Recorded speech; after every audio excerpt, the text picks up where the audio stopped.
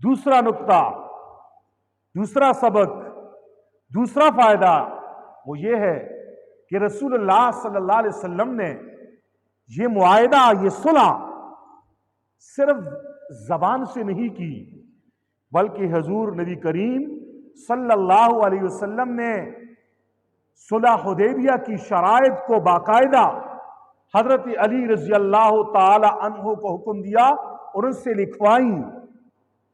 اس سے ایک سبق اور فائدہ یہ نکلا کہ زندگی میں نشیب و فراز آتے ہیں، بہت سارے معاملات کرنے پڑتے ہیں۔ کبھی تو آپ نے کاروباری طور پہ کسی کو اپنا پارٹنر بنانا ہوگا، کہیں پہ آپ نے دو آدمی کے درمیان صلح کرنی ہوگی، کہیں پہ آپ خرید رہے ہوں گے، کہیں پہ فروخت کر رہے ہوں گے۔ ایک مدت کے لیے آپ اپنی زندگی میں بہت سارے معاملات کریں گے۔ تو حضور کی سیرت کا یہ پیغام مجھے اور آپ کو ہے کہ صرف زبان سے آپ وہ معاہدہ نہ کرو، بلکہ اسے ریٹن فارم میں لے آؤ اور اس سے لکھ لو یہ محمد رسول اللہ صلی اللہ علیہ وسلم کی سنت ہے۔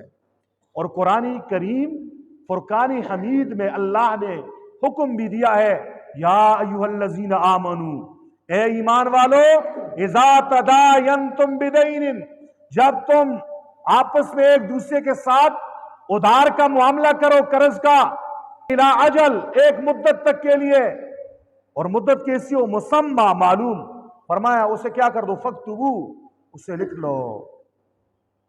تو قرآن کریم سے بھی اور سیرت نبویہ سے بھی یہ ضابطہ نکل رہا ہے۔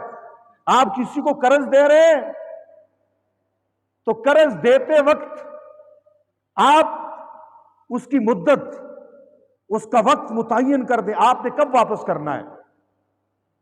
اور صرف زبان سے اگر وہ کہے میں نے مارچ میں، میں نے جولائی میں نے فلاں سال واپس کرنے، اس پہ آپ نے یقین نہیں کرنا۔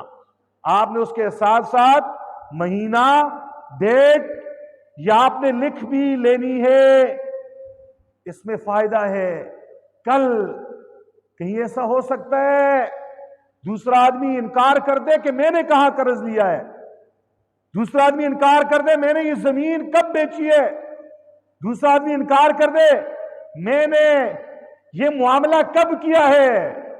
تو شریعت ہمیں آسانی دینا چاہتی ہے، لڑائی جھگڑا نزاع اختلافات کو ختم اور کم کرنا چاہتی ہے۔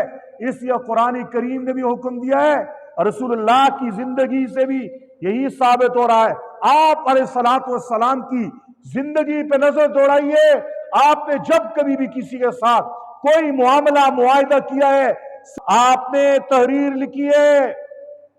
مدینہ منورہ میں حضور آئے، مدینہ کے یہودیوں سے حضور نے معاہدہ کیا، جسے میثاق مدینہ، چارٹر آف مدینہ کہتے ہیں۔ حضور نے صرف زبان سے شرطیں طے نہیں کی بلکہ لکھی ہیں اسے۔